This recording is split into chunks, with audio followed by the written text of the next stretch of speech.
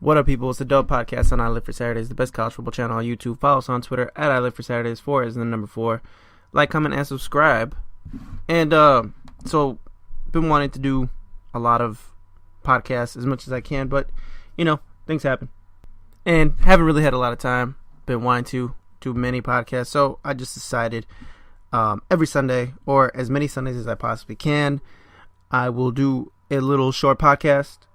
Guess Sunday Shorts. I don't even know what to call it. The Sunday podcast. The Sunday podcast with a DA. I don't even know what I'll call it.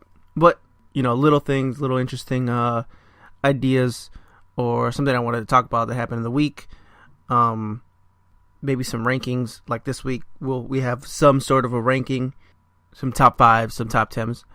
Whatever. But, something to get out there. Get out to the people. Make it a little bit more fun. And then once the season rolls along, we'll have some hour-long podcasts again. Also be on the lookout for the finals review, I guess. NBA finals review. It's been an interesting finals. Like, so many things to talk about. So many ideas I have. It's going to be with Eric. Probably break it up into a bunch of episodes. It'll probably be like an hour and a half long or something. But I'll break it down.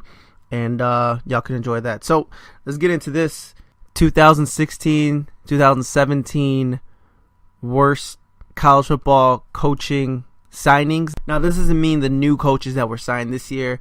If you're a new coach this year, I gotta give you a chance, no matter what situation you just came from. But essentially, most of these guys are either people that are recently been fired or are on the hot seat. It also doesn't have to mean that I don't like you as a coach. It could just be whatever the result is, whatever the result you're putting out, or whatever the future holds for your team. If it's a negative look, then you will be on this ranking. So let's start with number 5. Again, it's either coaches that have been recently fired or coaches that are on the hot seat.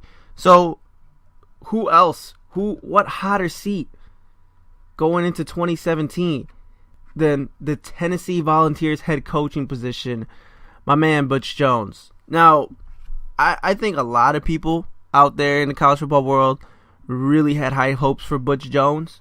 He started at Central Michigan. He coached up Antonio Brown, won 2 conference titles over there, had a 27-13 record, moved on to Cincinnati, did a really good job at Cincinnati, won 2 conference titles, 23-14 record.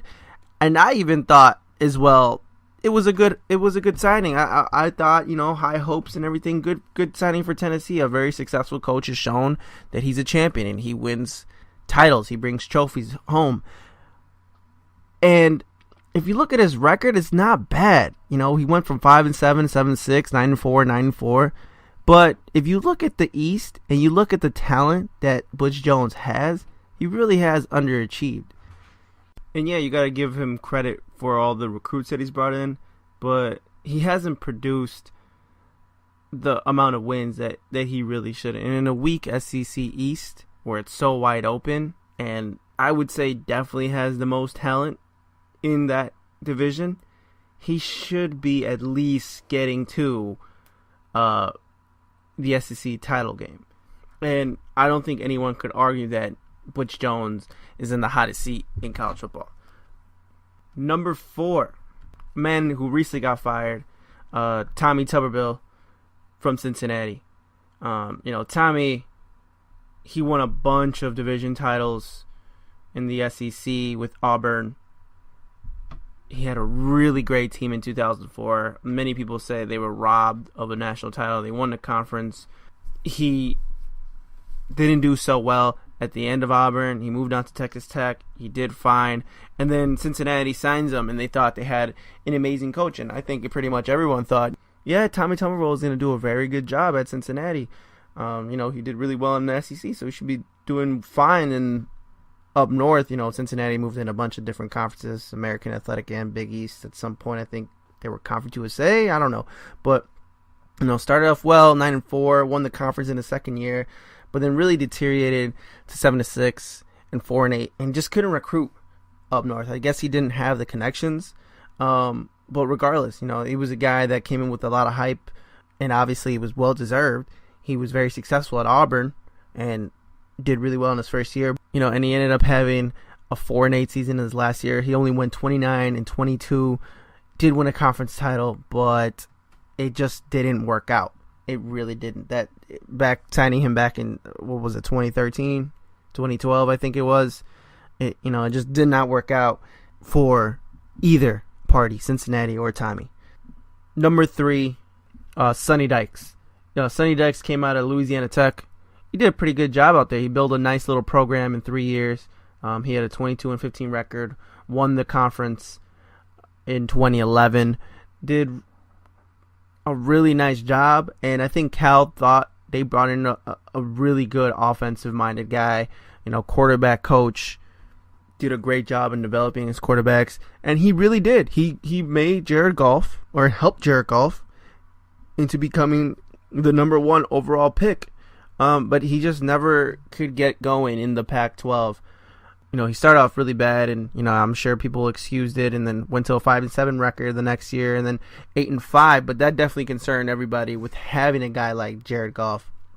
And they went 7-5 as well in the regular season. They had to get that bowl win to get to an 8-5 season, and then as soon as they lost Jared Goff, they bring in Davis Webb and post this 5-7 record. It's just not good enough. Guy had a lot of hype coming around him. It was well deserved as well, but again, just didn't work. Did not work out for Sonny Dykes. Could not get going in the Pac-12. Number 2, and a guy I kind of feel bad about because I just don't think he was ever a real head coach. I think this guy is just through and through a true assistant coach and a great assistant coach at that. Mark Helfrich at Oregon.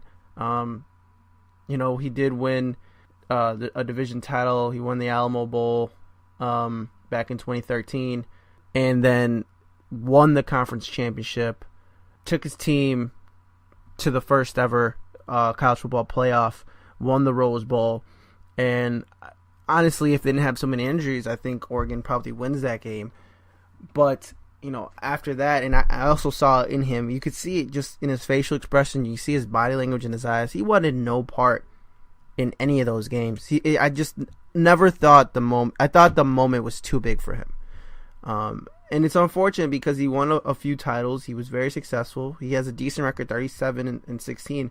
But recruiting just continued going down. Guys just, I guess, he didn't have the same pull as Chip Kelly. Chip Kelly, to the football heads, kids who really love football, really love listening to him. And I'm not sure if that necessarily works with 17 and 18-year-olds. I just know that Chip Kelly did have a lot of power and was a pretty good recruiter and did a ton of things to do whatever he could to get that player that he wanted. Mark, just never looked like a true leader. Not really. You don't have to be the, we're all doing it my way. We're going to be hardcore. And you don't have to do that to be a great football program or a great football head coach. But you need a little bit of aggression. And this last season, not very good, 4-8. I just never thought he was a true head coach. Though at one point I did think he maybe have turned it around. But, unfortunately for him and unfortunately for Oregon, they had to move on. And number 1, I think the most obvious one, the worst signing going into the 2017 season, Charlie Strong. And Charlie Strong did a fantastic job at Florida as a defensive coordinator, was unbelievable under Urban Meyer, went to Louisville, built an incredible program with Teddy Bridgewater, recruited really well, did a great job at a smaller program in Louisville, but, he was only there for 4 years. I thought he should have stayed. I thought, I just think, I think that most of these coaches, and you see a trend with a lot of these coaches, they go to these little programs, they build them up in 3 or 4 years, and they move on really quickly. And I just don't think in anything does that really work that well. I think you need to stay at a place, as long as it's not a toxic place, as long as it's not a horrible place, and you can't grow as a person in your field of expertise or your career field. I just don't think you should move on so quickly. And he was only there for 4 years, didn't have a lot of hype around him, didn't have so much media attention, and then he jumps straight to the University of Texas, and I've talked about this before. I just thought, he was just really overwhelmed by it, and you could just never get his footing on it. Didn't recruit that well, was 16-21 overall. And I think going to South Florida, going back to his roots, going back to Florida, where he recruits really well, and a good program, not too big, maybe a little smaller than Louisville.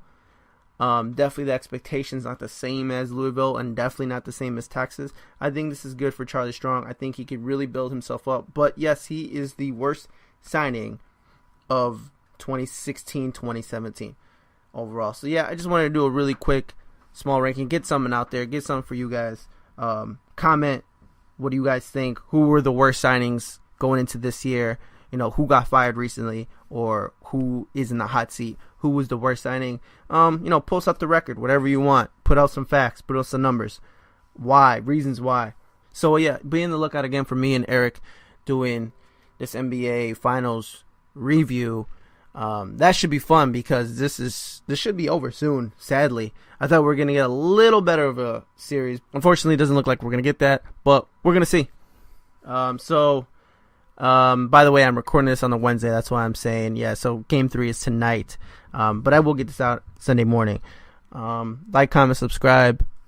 Follow us on Twitter. Peace.